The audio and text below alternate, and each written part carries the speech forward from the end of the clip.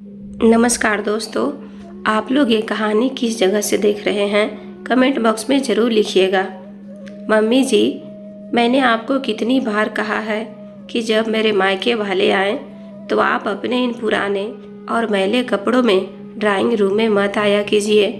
मेरी भाभी क्या सोचेंगी कि हम आपको कैसे रखते हैं। और ये क्या, आप बार बार खांस रही हैं। आपके इस रोज़ रोज़ के नाटक और दवाइयों के बिल ने हमारे घर का पूरा बजट बिगाड़ कर रख दिया है। दिल्ली के रोहिणी इलाके में बने एक 3 BHK फ्लैट में शिखा की ये तीखी और जहरीली आवाज़ सुबह सुबह गूंज रही थी। शिखा एक बहुत ही दिखावे वाली और खुद को मॉडर्न समझने वाली औरत थी। उसके लिए दुनिया में समाज क्या कहेगा और उसकी किट्टी पार्टी की सहेलियां ही सब कुछ थी। सामने डाइनिंग टेबल के पास 60 साल की बूढ़ी और कमज़ोर शांति देवी खड़ी थी। उनके हाथ में चाय की ट्रे थी जो उनके कांपते हाथों की वजह से छलक रही थी। शांति देवी ने पूरी जिंदगी एक सरकारी स्कूल में पढ़ाकर अपने इकलौते बेटे विकास को एक बड़ी IT कंपनी में मैनेजर बनाया था। पति के गुजरने के बाद उन्हें लगा था कि उनका बेटा उनका सहारा बनेगा, लेकिन शादी के 2 साल बाद ही विकास पूरी तरह से अपनी पत्नी शिखा के रंग में रंग चुका था। बहू, मुझे खांसी आ रही थी, इसीलिए मैं पानी लेने बाहर आ गई। और ये साड़ी तो तूने ही मुझे पिछली दिवाली पर दी थी, मैली कहाँ है? शांति देवी ने डरते हुए कहा। तभी विकास अपने कमरे से टाई बांधता हुआ बाहर आया। उसने अपनी माँ की हालत देखने के बजाय शिखा का ही पक्ष लिया। माँ, शिखा सही तो कह रही है, आप हर छोटी बात पर बहस क्यों करने लगती हैं? शिखा के मायके वाले आ रहे हैं, कम से कम आज तो घर का माहौल शांत रखिए। और हाँ, वो आपके इस महीने की पेंशन का जो पैसा आया है वो मुझे मेरे अकाउंट में ट्रांसफ़र कर दीजिए। शिखा को नया iPhone लेना है, और वैसे भी आपको घर में बैठे बैठे पैसों की क्या ज़रूरत है, आपका खाना पीना तो हम दे ही रहे हैं। विकास की ये बातें शांति देवी के सीने में किसी तेज सुई की तरह चुभ रही थी। जिस बेटे को उन्होंने अपना पेट काट कर बड़ा किया, आज वो उन्हें 2 वक्त की रोटी का ताना दे रहा था। उनका अपना घर, जिसे उन्होंने और उनके पति ने खून पसीना एक करके खरीदा था, आज उसी घर में उन्हें एक नौकरानी और एक बोझ बना दिया गया था। ठीक है बेटा, मैं अभी ट्रांसफ़र कर देती हूँ, शांति देवी ने अपने आंसू पीते हुए कहा और चुपचाप अपने उस छोटे से कमरे में चली गई जिसे पहले स्टोर रूम कहा जाता था। यह कोई फिल्म की कहानी नहीं थी, यह आज के समाज की वो कड़वी सच्चाई थी जो हर दूसरे घर की 4 दीवारें के पीछे दफन होती है, जहां माँ बाप सिर्फ एक ATM मशीन या मुफ्त की नौकरानी बनकर रह जाते हैं। शांति देवी की एक बेटी भी थी, अंजलि। अंजलि विकास से 3 साल छोटी थी। अंजलि के शादी एक साधारण लेकिन बहुत ही अच्छे और समझदार लड़के सुमित से हुई थी। अंजलि एक स्कूल में पढ़ाती थी और अपनी ज़िंदगी में बहुत खुश थी। विकास और शिखा हमेशा अंजलि को ताना मारते थे कि वो एक मिडिल क्लास ज़िंदगी जी रही है। अंजलि अक्सर अपनी माँ से मिलने आती थी, लेकिन शांति देवी ने कभी अंजलि को घर का सच नहीं बताया। एक भारतीय माँ की सबसे बड़ी कमजोरी यही होती है कि वो अपनी बेटी का घर बसाने के बाद उसे अपने मायके के दुखों से दूर रखना चाहती है, ताकि समाज में भाई बहन का रिश्ता खराब न हो। मैं बहुत खुश हूँ बेटा, विकास और शिखा मेरा बहुत ध्यान रखते हैं। शांति देवी हमेशा फ़ोन पर यही झूठ बोलती थी, लेकिन एक दिन अंजलि बिना बताए अपनी माँ को सरप्राइज देने उनके फ्लैट पर पहुँच गई। जब अंजलि ने घर की डोर बेल बजाई तो शिखा ने दरवाज़ा खोला। शिखा के चेहरे पर अंजलि को देखकर कोई खुशी नहीं थी, बल्कि एक चीड़ थी। अरे अंजलि, तुम बिना बताए आ गई। आज तो मेरी किटी पार्टी थी घर पर। शिखा ने रुखेपन से कहा। भाभी बस उस तरफ से गुजर रही थी तो सोचा माँ से मिलती जाओ। कहाँ है माँ? अंजलि ने अंदर आते हुए पूछा। शिखा ने मुंह बनाते हुए कहा, किचन में होगी, जाकर देख लो। अंजलि जब किचन में गई तो वहाँ का नज़ारा देखकर उसके पैरों तले जमीन खिसक गई। दिसंबर की कड़ाके की ठंड थी। शांति देवी एक सूती साड़ी पहने जमीन पर बैठकर सिंक में रखे जूठे बर्तनों का एक पहाड़ मांज रही थी। उनके हाथ ठंड और ठंडे पानी की वजह से लाल और सूजे हुए थे। उनकी उंगलियों की चमड़ी कट रही थी। माँ, अंजलि के गले से एक दर्दनाक आवाज निकली। वो दौड़कर अपनी माँ के पास गई और उनके हाथों से वो जूठा बर्तन छीन लिया। माँ, ये तुम क्या कर रही हो? घर में काम करने वाली बाई नहीं है क्या? तुम्हारे जोड़ों में इतना दर्द रहता है और तुम इस बर्फीले पानी में बर्तन धो रही हो। शांति देवी अपनी बेटी को अचानक देखकर घबरा गईं। उन्होंने जल्दी से अपने आंसू पोंछे। अरे कुछ नहीं बेटा, वो बाई आज छुट्टी पर थी और शिखा की सहेलियां आई है तो बर्तन ज़्यादा हो गए थे। मैं तो बस मदद कर रही थी। मदद कर रही थी? माँ, तुम्हारी उंगलियों से खून रिस रहा है। अंजलि ने अपनी माँ के ठंडे और कांपते हाथों को अपने हाथों में लेकर रगड़ना शुरू किया। तभी शिखा किचन के दरवाजे पर आकर खड़ी हो गई और ताना मारते हुए बोली, अंजलि, तुम इसे इतना बड़ा मुद्दा क्यों बना रही हो? इस घर का खाना खाती है तो थोड़े बर्तन धो दिए तो कौन सा पहाड़ टूट पड़ा? वैसे भी सारा दिन बिस्तर पर लेटी रहती हैं और तुम तो पराया धन हो। तुम्हें हमारे घर के मामलों में बोलने की जरूरत नहीं है। अंजलि का खून खौल उठा। वो कुछ बोलने ही वाली थी कि शांति देवी ने अंजलि का हाथ कसकर पकड़ लिया और आंखों ही आंखों में कसम दी कि वो कोई तमाशा खड़ा ना करे। अंजलि उस दिन चुपचाप खून का घूंट पीकर वापस लौट आई, लेकिन उसका दिल अपनी माँ के लिए बेचैन था। उसे अंदाजा नहीं था कि उसकी माँ की हालत बद से बदतर होने वाली है। लगातार कई दिनों तक कड़ाके की ठंड में ठंडे बर्फ जैसे पानी में जूठे बर्तन धोने और उस सीलन भरे बिना हीटर वाले स्टोर रूम की ठंडी जमीन पर सोने की वजह से शांति देवी का शरीर पूरी तरह टूट चुका था। उनके सीने में एक भयंकर इन्फेक्शन हो गया था जिसने धीरे धीरे निमोनिया का रूप ले लिया। शांति देवी को भयंकर बुखार चढ़ गया था। उनका पूरा शरीर भट्टी की तरह तप रहा था और ठंड के मारे वो ऐसे काँप रही थी जैसे उनकी हड्डियां आपस में टकरा रही हो। उनके पास ओढ़ने के लिए सिर्फ एक पुराना और पतला सा कंबल था जो उस जानलेवा ठंड को रोकने में बिल्कुल नाकाम था। रात के 2 बज रहे थे। शांति देवी के सीने में ऐसा दर्द उठा जैसे किसी ने अंदर कांच के टुकड़े भर दिए हो। उन्हें भयंकर और लगातार खांसी का दौरा पड़ा। वो खांसते खांसते दोहरी हो गई। उनका दम घुटने लगा।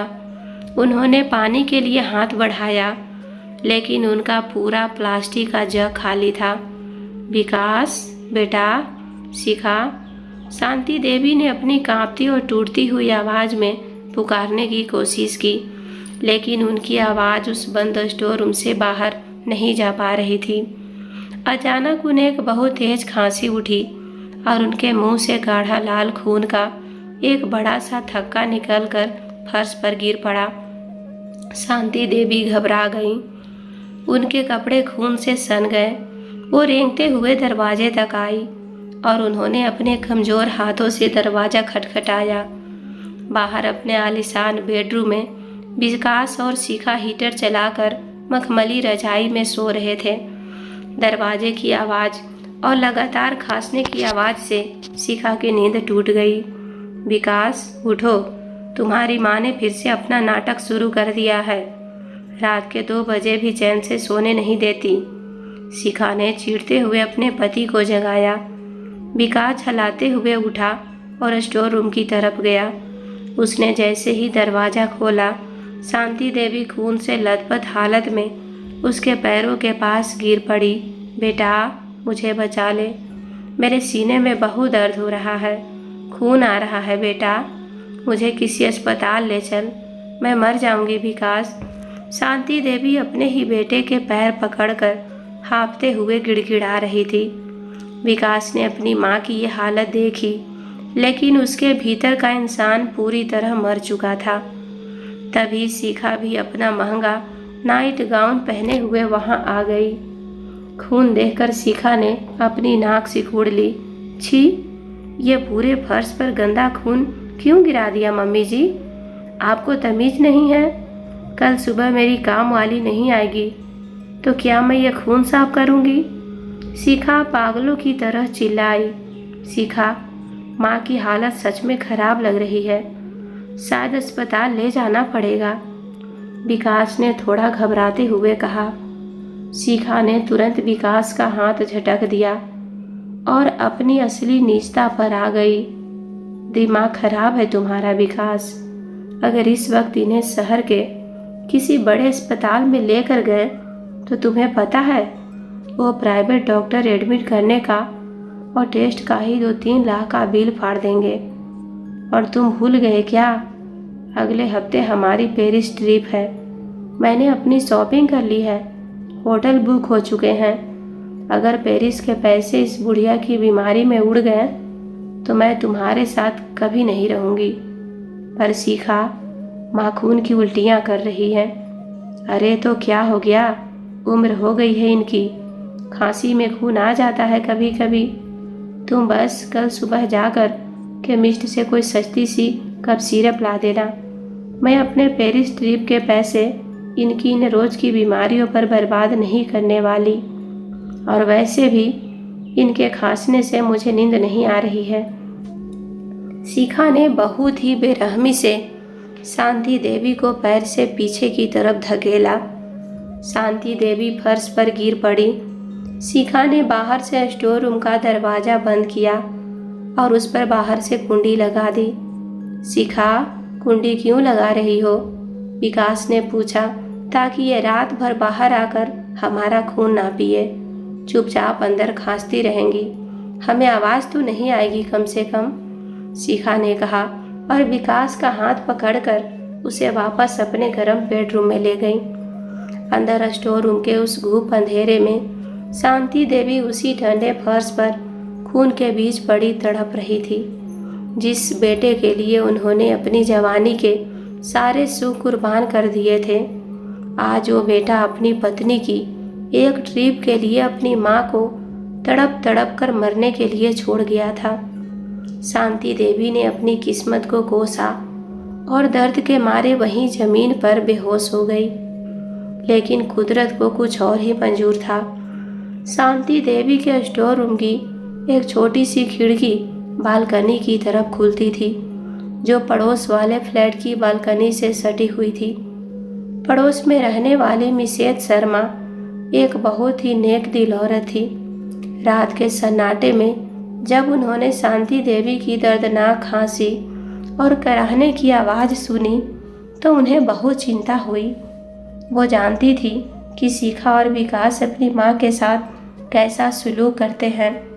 सुबह होते ही मिसेज शर्मा ने किसी तरह अंजलि का नंबर निकाला और उसे फ़ोन कर दिया।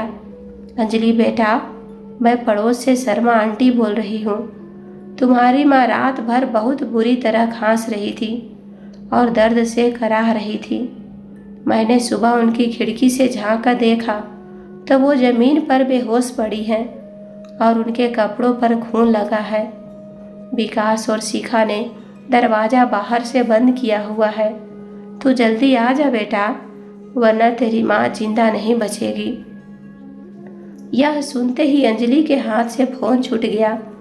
उसका दिमाग सून पड़ गया और फिर उसकी रगों में एक ऐसा तूफान उठा जो सब कुछ तबाह करने वाला था। उसने अपनी स्कूटी निकाली और पागलों की तरह ट्रैफिक को चीरती हुई सीधा विकास के फ्लैट पर पहुंची। अंजलि ने डोरबेल को तब तक लगातार बजाया जब तक विकास ने दरवाज़ा नहीं खोला। अरे अंजलि, सुबह सुबह तू यहाँ पागलों की तरह? विकास अभी पूरा बोल भी नहीं पाया था कि अंजलि ने उसे पूरी ताकत से धक्का दिया और सीधा घर के अंदर घुस गई। कहाँ है मेरी माँ? क्या किया तुम दोनों दरिंदों ने मेरी माँ के साथ? अंजलि की दहाड़ से पूरा फ्लैट गूंज उठा। शिखा भी हड़बड़ाकर अपने कमरे से बाहर आई। यह क्या बदतमीजी है अंजलि? तुम हमारे घर में इस तरह गुंडों की तरह कैसे घुस सकती हो? शिखा चिल्लाई। अंजलि ने शिखा की बात का कोई जवाब नहीं दिया। उसकी नज़र उस स्टोर रूम के दरवाजे पर पड़ी जिस पर बाहर से कुंडी लगी थी। वो दौड़ कर गई और उसने झटके से वो कुंडी खोलकर दरवाज़ा पूरी ताकत से धकेल दिया। अंदर का नज़ारा देखकर अंजलि की रूह के पर खच्चे उड़ गए। उसके गले से एक दिल दहला देने वाली चीख निकल गई। उसकी माँ शांति देवी उसी ठंडे और गंदे फर्श पर एक लावारिस लाश की तरह पड़ी थी। उनके होठ सूख कर नीले पड़ चुके थे। उनकी उस पुरानी साड़ी और फर्श पर गाढ़े लाल खून के सूखे हुए धब्बे जमे थे। उनकी सांसें इतनी धीमी चल रही थी कि वो मरे हुए इंसान के बराबर लग रही थी। माँ! अंजलि घुटनों के बल जमीन पर गिर पड़ी। उसने अपनी माँ के उस ठंडे और कमज़ोर शरीर को अपने सीने से कस कर लगा लिया। माँ, आंखें खोलो माँ, मैं तुम्हारी अंजलि हूँ। ये क्या हालत कर दी तुम्हारी? माँ उठो। अंजलि पागलों की तरह रो रही थी। उसने अपनी माँ के चेहरे से खून के निशान पोंछे। शांति देवी ने बहुत ही मुश्किल से अपनी आंखें खोली। अपनी बेटी को देखकर उसकी आंखों से आंसू छलक पड़े। अंजलि, तू आ गई मेरी बच्ची, मुझे बचा ले बेटा, मेरे सीने में बहुत दर्द है, ये मुझे मरने के लिए छोड़ गए। शांति देवी ने सिसकते हुए कहा। अंजलि के आंसुओं ने अब एक भयंकर ज्वालामुखी का रूप ले लिया था। वो अपनी माँ को वहीं लिटाकर एक खुखार शेरनी की तरह उठी और सीधे हॉल में खड़े विकास और शिखा के पास आई। इससे पहले कि विकास कुछ समझ पाता, अंजलि ने अपना हाथ उठाया और अपनी पूरी शारीरिक ताकत से एक ऐसा जोरदार तमाचा अपने सगे भाई विकास के मुंह पर जड़ा कि विकास लड़खड़ाकर पीछे सोफे पर जा गिरा। उसके मुंह से खून छलक आया। अंजलि, तुम्हारी हिम्मत कैसे हुई मेरे पति पर हाथ उठाने की? शिखा पागलों की तरह आगे बढ़ी। अंजलि ने शिखा के बालों को कसकर पकड़ लिया और उसे एक झटके में दीवार से लगा दिया। उसकी आंखों में वो खौफनाक आग थी जिसे देखकर शिखा की भी रूह कांप गई। चुप रह डायन, अगर तूने एक और शब्द बोला तो तेरी जुबान खींच लूंगी। तुम दोनों इंसान नहीं हो, तुम दोनों आदमखोर जानवर हो। मेरी माँ वहाँ अंदर खून की उल्टियाँ कर रही थी और तुम दोनों ने उन्हें बाहर से ताला लगा दिया। तुम अपनी उस घटिया पेरिस ट्रिप के लिए मेरी माँ की जान लेना चाहते थे। विकास अपनी गाल पकड़े हुए उठा। अंजलि, तू हद पार कर रही है। वो हमारी भी माँ है। हमें पता है कि उनकी देखभाल कैसे करनी है। तुम देखभाल करोगे? जो इंसान अपनी बीमार माँ को जानवरों की तरह ज़मीन पर सड़ने के लिए छोड़ सकता है, वो बेटा कहलाने के लायक ही नहीं है। आज के बाद तुम दोनों का मेरी माँ से कोई रिश्ता नहीं है। अंजलि ने तुरंत एम्बुलेंस को फ़ोन किया। उसने अपनी माँ को अपने हाथों का सहारा देकर उठाया। जब एम्बुलेंस के लोग स्ट्रेचर लेकर ऊपर आए तो अंजलि ने अपनी माँ को बहुत ही इज्जत के साथ उस पर लिटाया। जाते जाते अंजलि ने मुड़कर विकास और शिखा की तरफ देखा। उसकी आवाज़ में एक ऐसा बर्फीला सन्नाटा था जो आने वाले बहुत बड़े प्रलय का संकेत था। मेरी माँ को तो मैं यहाँ से लेकर जा रही हूँ विकास, लेकिन याद रखना, तुम दोनों ने अपनी इस नीचता और हैवानियत से अपने लिए वो नर्क तैयार कर लिया है जहाँ से बाहर आने का रास्ता मैं तुम्हें कभी नहीं दूंगी। अब मैं वापस आऊँगी, लेकिन एक बहन बनकर नहीं, तुम्हारी बर्बादी बनकर आऊँगी। अंजलि अपनी माँ को लेकर सीधा शहर के सबसे बड़े प्राइवेट अस्पताल पहुंची। उसने अपने सारे जेवर गिरवी रख दिए, अपनी सारी जमा पूंजी निकाल ली, लेकिन उसने अपनी माँ के इलाज में कोई कमी नहीं आने दी। डॉक्टरों ने बताया कि अगर अंजलि शांति देवी को लाने में 1 घंटा और लेट कर देती तो उनकी जान नहीं बचती। अंजलि ने रात दिन जाकर अस्पताल में अपनी माँ की सेवा की। उसे अपने भाई और भाभी से भयंकर घिन आ चुकी थी। उसने ठान लिया था कि वो अपनी माँ के एक एक आंसू, उस ठंडे फर्श के एक एक खून के कतरे का हिसाब उन दोनों से ब्याज समेत वसूलूंगी, क्योंकि अब उसे समझ आ गया था कि ये लड़ाई सिर्फ पैसों की नहीं, बल्कि एक माँ के वजूद और उसके स्वाभिमान की है। और एक बेटी जब अपने मायके के लिए अपनी ढाल उठाती है तो बड़े बड़े घमंडियों के महल ताश के पत्तों की तरह ढह जाते हैं। अस्पताल के उस शांत और सफ़ेद कमरे में शांति देवी अब खतरे से बाहर थी। अंजलि ने पिछले 5 दिनों से दिन रात एक करके अपनी माँ की सेवा की थी। शांति देवी की आंखों में अपनी बेटी के लिए जो प्यार और सुकून था वो शब्दों में बयां नहीं किया जा सकता था। डॉक्टर ने कहा था कि शांति देवी को डिस्चार्ज करने से पहले उनकी कुछ पुरानी मेडिकल हिस्ट्री और दवाइयों के पर्चे चाहिए होंगे जो उनके घर पर थे। इसके अलावा अंजलि को अपनी माँ के इलाज का बिल भरने के लिए उनके बैंक की पासबुक की भी ज़रूरत थी। अंजलि ने फैसला किया कि वो विकास के घर जाएगी। उसे पता था कि विकास और शिखा दोपहर के समय पर नहीं होते हैं। विकास ऑफिस में होता है और शिखा अपनी किटी पार्टीज में। अंजलि के पास उस फ्लैट की एक पुरानी डुप्लीकेट चाबी थी जो शांति देवी ने उसे बहुत पहले दी थी। अंजलि ने अपनी स्कूटी उठाई और सीधे उस फ्लैट पर पहुंची। फ्लैट में सन्नाटा पसरा था। अंजलि ने दरवाज़ा खोला और अंदर दाखिल हुई। घर का नज़ारा देखकर उसे फिर से घिन आ गई। हॉल में महंगे विदेशी कारपेट बिछे थे, बड़े बड़े स्मार्ट टीवी लगे थे, लेकिन जिस कमरे में उसकी माँ रहती थी वो एक बदबूदार और सीलन भरे गोदाम से कम नहीं था। अंजलि अपनी माँ के कमरे में गई। उसने उनका पुराना संदूक खोला। उसे वहाँ कुछ पुरानी साड़ियाँ और दवाइयों के खाली पत्ते मिले, लेकिन बैंक की पासबुक और घर के असली कागजात वहाँ नहीं थे। यह पासबुक कहाँ जा सकती है? माँ तो हमेशा इसी संदूक में रखती थी।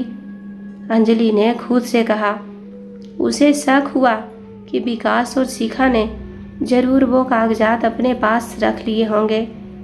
अंजलि सीधे विकास और शिखा के उस आलीशान मास्टर बेडरूम में गई। कमरा किसी 5 स्टार होटल जैसा लग रहा था। अंजलि ने शिखा की अलमारी खोली और उसके ड्रॉर चेक करने लगी। एक लॉकर के अंदर अंजलि को एक खाकी रंग की मोटी सी फाइल मिली। अंजलि ने जैसी ही वो फाइल खोली, सबसे ऊपर उसकी माँ की बैंक पासबुक और उस फ्लैट की रजिस्ट्री के ओरिजिनल कागजात रखे थे। अंजलि ने पासबुक खोली और उसकी एंट्रीज देखने लगी। जो सच उसके सामने आया उसने उसके पैरों तले जमीन खिसका दी। पिछले 5 सालों से शांति देवी की 60,000 रुपये महीने की जो सरकारी पेंशन आती थी वो हर महीने की 1 तारीख को विकास के अकाउंट में ऑटो ट्रांसफ़र हो रही थी। इतना ही नहीं, शांति देवी के नाम पर जो 10 लाख रुपए की एफडी फिक्स डिपॉजिट थी वो 6 महीने पहले टूट चुकी थी और उसका सारा पैसा शिखा के नाम पर ली गई एक नई लग्जरी कार के लोन अकाउंट में जा चुका था। मेरे पापा की जीवन भर की कमाई और मेरी माँ के बुढ़ापे का सहारा, ये दोनों पति पत्नी इस तरह ऐश में उड़ा रहे हैं और मेरी माँ को एक नौकरानी बना कर रखा है।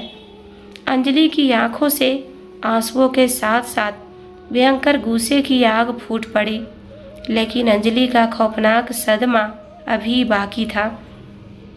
उस फाइल के सबसे नीचे कुछ और कागज रखे थे जिन पर शहर के एक बहुत बड़े और प्राइवेट मनोरोग विशेषज्ञ की मुहर लगी थी। अंजलि ने कांपते हाथों से वो कागज निकाले।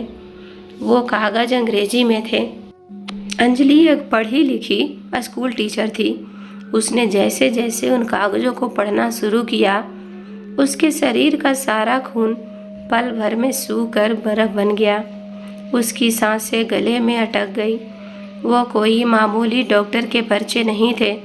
वो शांति देवी को कानूनी और मेडिकल रूप से दिमागी तौर पर पागल साबित करने का एक खौफनाक और घिनौना ड्राफ्ट था।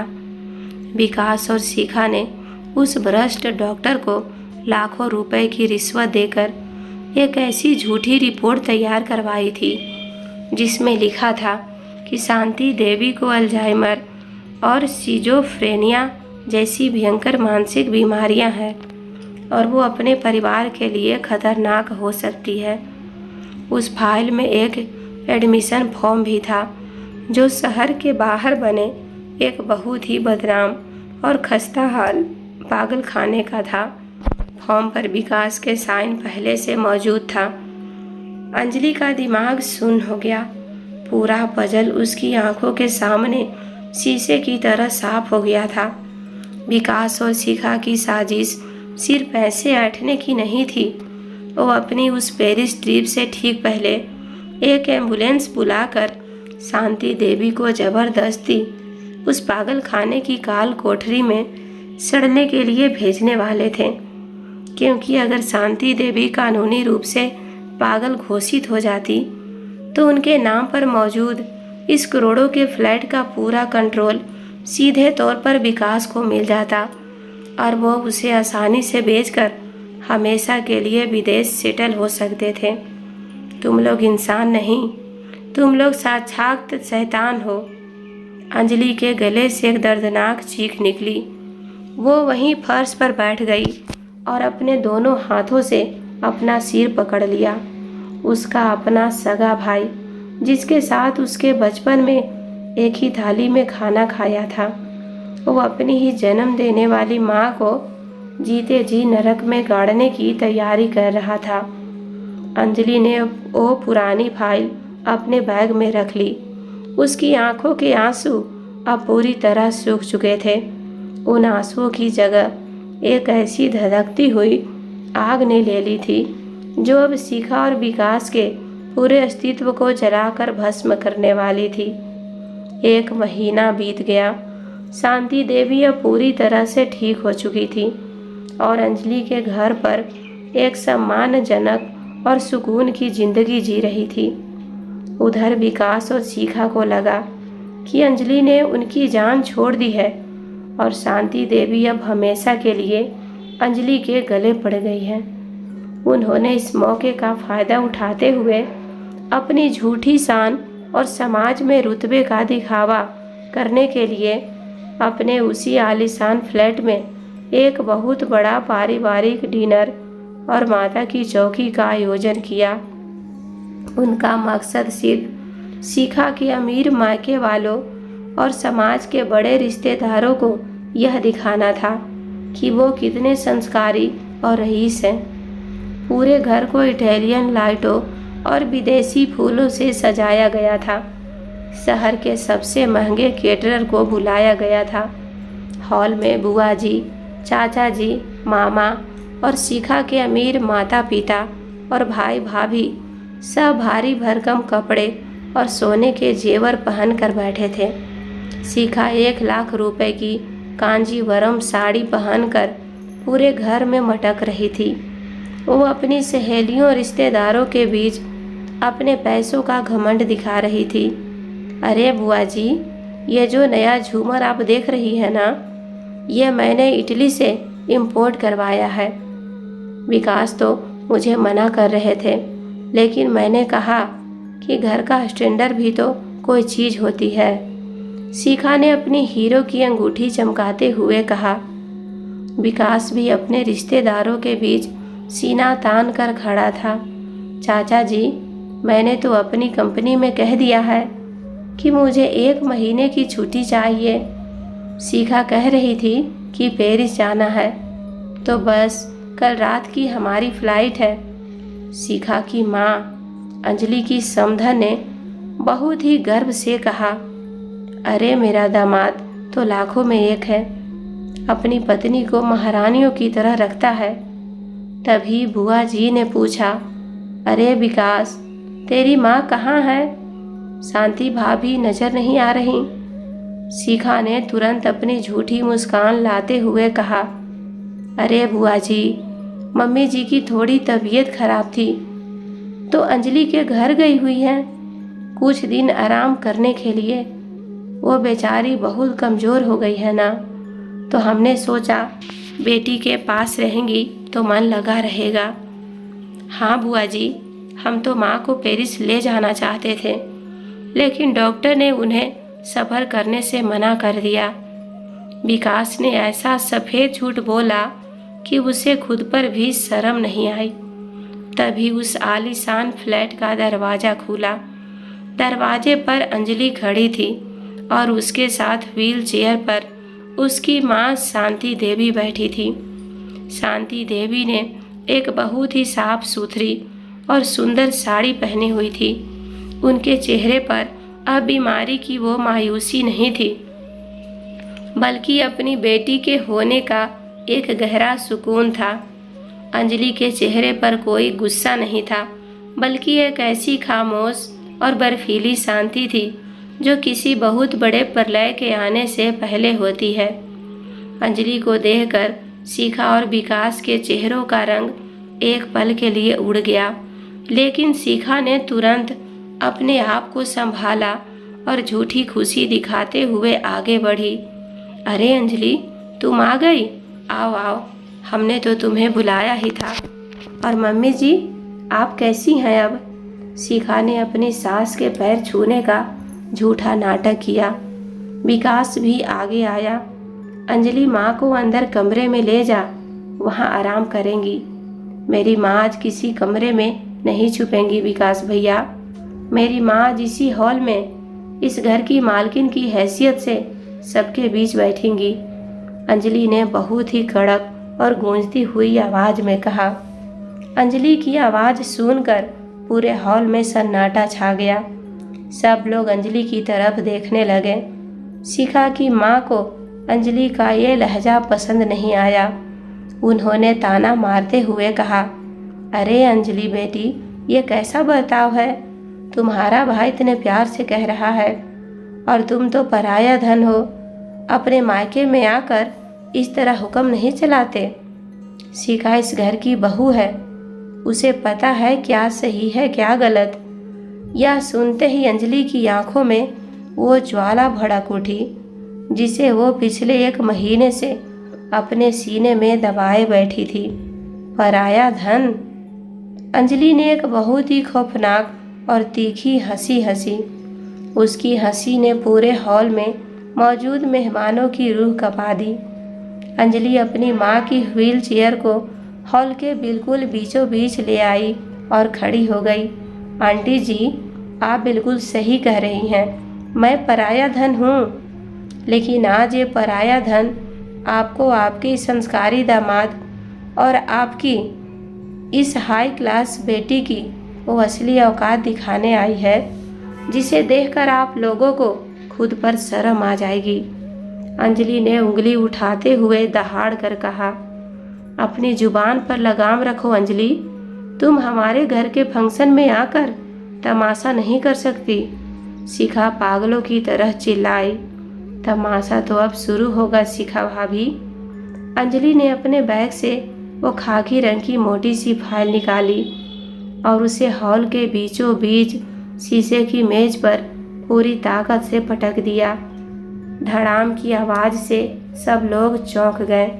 बुआ जी, चाचा जी और आप लोग जो विकास और शिखा की झूठी शान के कसीदे पढ़ रहे थे, आज सुनिए इस संस्कारी बेटे का असली सच। अंजलि ने उस फाइल से बैंक के कागजात निकाले और उन्हें हवा में लहराया। पिछले 5 सालों से मेरी माँ की 60,000 रुपये महीने की जो सरकारी पेंशन आती है वो यह इंसान जबरदस्ती और धोखे से अपने अकाउंट में ट्रांसफ़र करवा रहा है।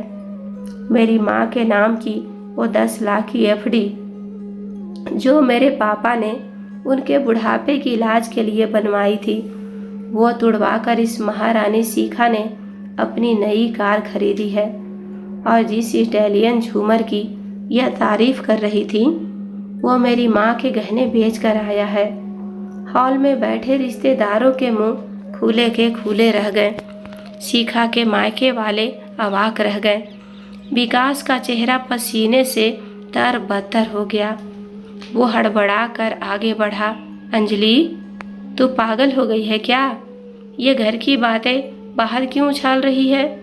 ये सब झूठ है, झूठ है।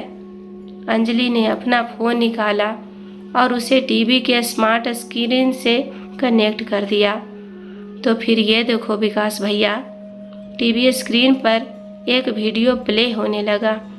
ये वो वीडियो था जो अंजलि की पड़ोसन मिसेज शर्मा ने उस रात अपनी बालकनी से छुपकर बनाया था। वीडियो में साफ दिख रहा था कि शांति देवी स्टोर रूम के ठंडे फर्श पर खून की उल्टियाँ कर रही हैं और विकास और शिखा बाहर से कुंडी लगाकर उन्हें मरने के लिए छोड़ रहे हैं। यह वीडियो देखकर पूरे हॉल में हाहाकार मच गया। बुआ जी और चाचा जी की आंखें फटी की फटी रह गई। राम राम, ये कैसी हैवानियत है? अपनी ही माँ को इस तरह खून में तड़पता छोड़ दिया। बुआ जी ने अपने गाल पर हाथ रखते हुए कहा। शिखा का घमंड अब टूट रहा था, लेकिन उसकी नीचता अभी खत्म नहीं हुई थी। शिखा की माँ अपनी बेटी को बचाने के लिए आगे आई। अरे, तो क्या हो गया? घर में सास बहू की खटपट तो होती ही है। और अंजलि, तू अपनी माँ को भड़काकर इस घर पर कब्जा करना चाहती है। तू पराई होकर हमारे घर के मामलों में आग लगा रही है। यह घर मेरे दामाद का है। शिखा की माँ चिल्लाई। अंजलि ने शिखा की माँ की आंखों में आंखें डालते हुए एक ऐसा गूंजता हुआ डायलॉग बोला जिसने उनका सारा गुरूर खाक में मिला दिया। यह घर आपके दामाद का नहीं है आंटी जी। यह घर मेरे पापा की खून पसीने की कमाई का है। और आप सास बहू की खटपट कह रही हैं। जो औरत अपनी सास को ठंडे पानी में बर्तन मंजवाती है, उसे बासी रोटी खिलाती है और बीमार होने पर कुंडी लगा देती है, वो बहू नहीं, एक आदमखोर जानवर होती है। और आप जैसी माएँ जो अपनी बेटियों को ऐसे संस्कार देती हैं, वो समाज के नाम पर कलंक है। अंजलि ने अब अपना आखिरी और सबसे खौफनाक हथियार निकाला। उसने फाइल के सबसे नीचे से वो पागल खाने वाले कागज निकाली। और अगर आपको लगता है कि इनकी दरिंदगी सिर्फ पैसों तक थी, तो ये देखिए। अंजलि ने वो कागज विकास के मुंह पर दे मारी। क्या है ये विकास? बता सबको। अंजलि चीखी। ये वो साजिश है जिसके तहत तू और तेरी बीवी एक भ्रष्ट डॉक्टर को पैसे खिलाकर मेरी माँ को दिमागी तौर पर पागल साबित करने वाले थे। तुम मेरी माँ को कल सुबह एम्बुलेंस में डालकर शहर के बाहर एक पागल खाने की काल कोठरी में सड़ने के लिए फेंकने वाले थे, ताकि तुम इस घर को आसानी से बेच सको। पागल खाने का नाम सुनते ही पूरे हॉल में एक खौफनाक सन्नाटा छा गया। शिखा के मायके वालों के भी होश उड़ गए। उन्हें भी नहीं पता था कि शिखा इस हद तक गिर चुकी है। क्या विकास, तू अपनी माँ को पागल खाने भेज रहा था? चाचा जी ने गुस्से से उठकर विकास का कॉलर पकड़ लिया। विकास के घुटने कांप रहे थे। वो जमीन पर गिर पड़ा। नहीं चाचा जी, वो शिखा ने कहा था कि माँ की दिमागी हालत ठीक नहीं है। मैंने कुछ नहीं किया। वो अब अपनी पत्नी पर इल्ज़ाम डाल रहा था। चुप कर कायर इंसान। अंजलि ने दहाड़ते हुए कहा, जब तूने मेरी माँ का स्वाभिमान छीना तब तुझे याद नहीं आया? तूने एक बेटी को ललकारा है विकास। तुझे लगा बेटियां शादी के बाद पराया धन हो जाती है और मायके के मामलों में दखल नहीं देती, लेकिन तू भूल गया कि बेटियां चाहे कितनी भी दूर चली जाए, वो अपने माँ बाप की ढाल हमेशा रहती है।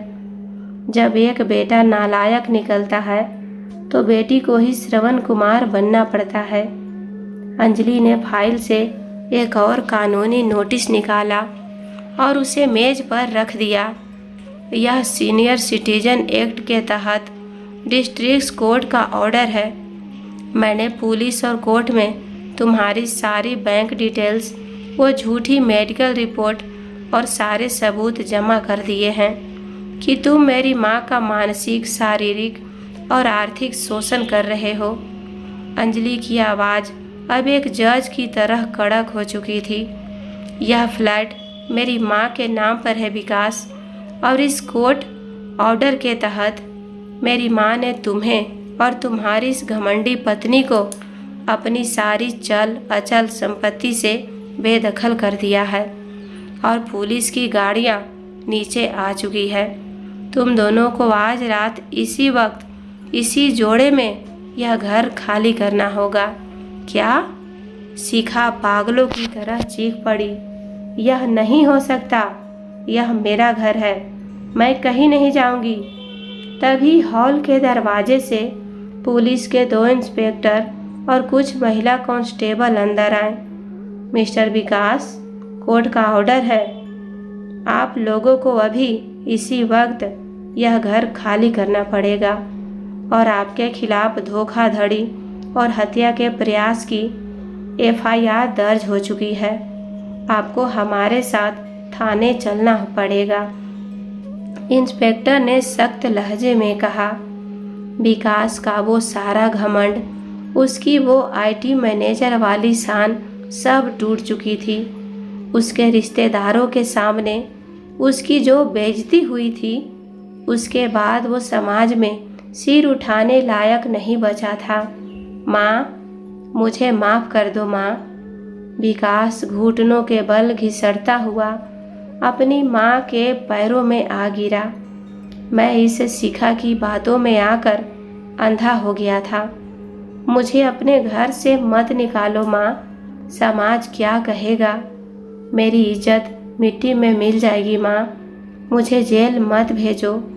शांति देवी का दिल एक पल के लिए पसीजा, लेकिन अंजलि ने अपनी माँ के कंधे पर हाथ रख दिया।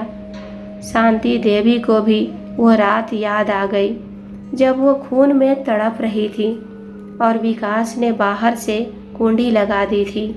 शांति देवी ने अपने पैर बहुत ही कठोरता से पीछे खींच लिया। मेरी ममता तो उसी सर्द रात को उस स्टोर रूम के फर्श पर मर गई थी विकास। तू मेरा बेटा नहीं, एक लालची दरिंदा है। पुलिस वाले साहब, ले जाइए इसे मेरी नज़रों के सामने से। शांति देवी ने अपना मुंह फेर लिया। शिखा की माँ और उसके मायके वाले शर्मिंदगी के मारे अपना सिर झुकाकर बिना कुछ बोले वहाँ से भाग खड़े हुए। बुआ जी और चाचा जी ने भी विकास को खूब खरी खोटी सुनाई और थू कर चले गए। पुलिस ने विकास और शिखा को धक्के मारते हुए उस आलीशान फ्लैट से बाहर निकाला। उनका सारा पेरिस जाने का सपना, उनका वो गुरूर सब उसी घर की चौखट पर टूटकर चकनाचूर हो गया था।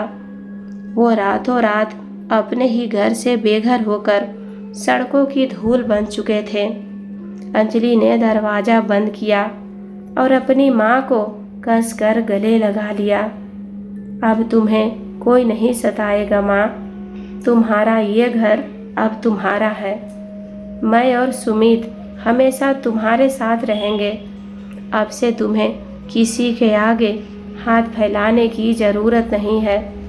अंजलि ने अपनी माँ के आंसू पोंछते हुए कहा। शांति देवी फूट फूट कर रो रही थी। लेकिन आज उनके आंसू आज़ादी और खुशी के थे। उन्हें गर्व हो रहा था कि जिस बेटी को दुनिया पराया धन कहती थी, आज उसी बेटी ने उन्हें एक नई जिंदगी और उनका खोया हुआ सम्मान वापस दिलाया है। दोस्तों, आप लोग ये कहानी किस जगह से देख रहे हैं, कमेंट बॉक्स में ज़रूर लिखिएगा। कहानी पसंद आए तो वीडियो को लाइक करें, शेयर करें और चैनल को सब्सक्राइब करना ना भूलें। धन्यवाद।